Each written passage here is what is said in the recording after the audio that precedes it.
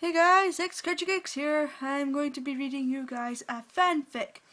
Now, just before I read the fanfic, I want you guys to know is that even though I'm still vlogging, I will be doing reaction videos and reading fanfics to you guys, and this is my first reading of a fanfic to you guys.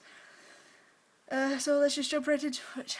The title of the fanfic is called Curtrik, 1,000 Cranes. The link is going to be in the description if you want to read along. So here we go with the beginning of it all. Curtis was having lunch with his faithful companion and best friend Eric X. It was a normal day for the two. Eric quietly munching on a peanut butter and banana sandwich and browsing the day's newspaper while Curtis meandered with on the internet sipping his beloved coffee. Hey, it says here that if you make 1,000 origami cranes that you get a magic wish, Curtis mentioned offhandedly as he clicked away from a page. That'd be pretty cool. What would you wish for? Eric thought for a moment, running a hand through his messy dark hair. I haven't got the faintest idea, really. He pondered the question as he finished his sandwich and took their dishes to the kitchen to wash. After a few more minutes, he spoke. 3 more wishes. Curtis laughed at his friend. You can't wish for more wishes. Fine then, 3 genies. He smiled as Curtis grinned at him. Clever loophole, very clever, you're so devious. Curtis winked, his grin turning devilish. He wouldn't admit it, but the look made Eric's stomach flip-flop. I try, and with that Eric slipped away into his room painted with black and white stripes to fit him. He gathered his old notebooks and a pair of scissors inside his bed, beginning to fold. Hours had passed without a second from within, and Curtis was starting to get a little worried. He knocked at one point, but received no answer. He shook it off as Eric was with his headphones in. 2 hours after that, he felt a little put off.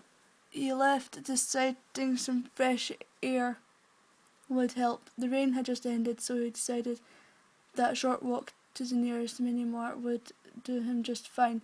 They were nearly out of milk anyway. He returned about 45 minutes late. About 45 minutes. Eric, I'm home. I bought butterscotch, he called as he hung up his jacket. He hoped it would coax his friend out of his room, but didn't expect it to.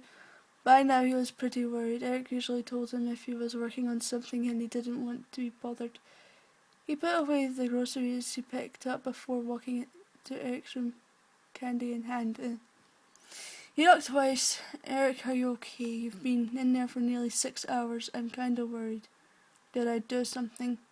Curtis hoped Eric heard him. He put his forehead to the door with a silent sigh. He nearly fell forward when Eric opened the door wide. He caught himself on the door jamb, barely avoiding crashing face first into the shorter man. You didn't do anything, Curtis. I was just working. Curtis's eyes widened as he looked over Eric's shoulder. Every surface was covered with paper cranes, big ones, tiny ones, some of white paper, others of used line paper. Their surfaces covered in Eric's scrawled handwriting. Well, Eric, you've been making cranes for 6 hours? How many? 999. Eric cut him off softly.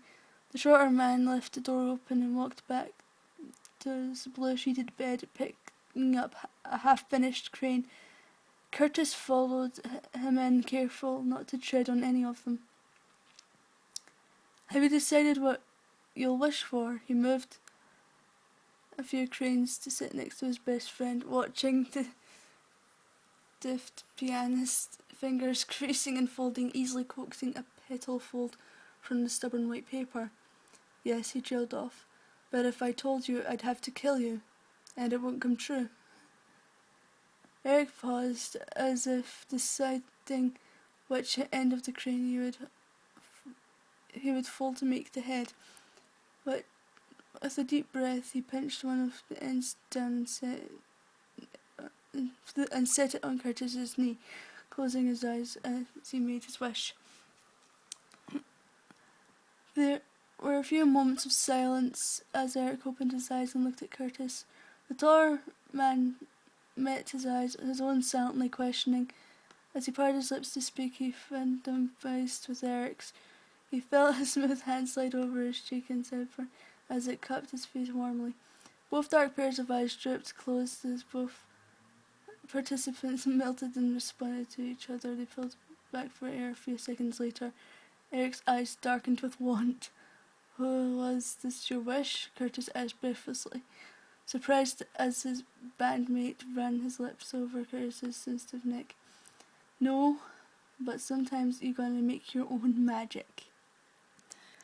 Well, that was my first fanfic I ever read, and again, if you want to know the title of it, it is called Curtrik, 1,000 Cranes. So yeah, as I said before the video, well, at the start of the video, the link to the story, well, fanfic, will be in the description, as normal. Which will be a bit of a normal thing, to be honest. So, yeah, anyways, I'm just gonna end the video here, so bye-bye.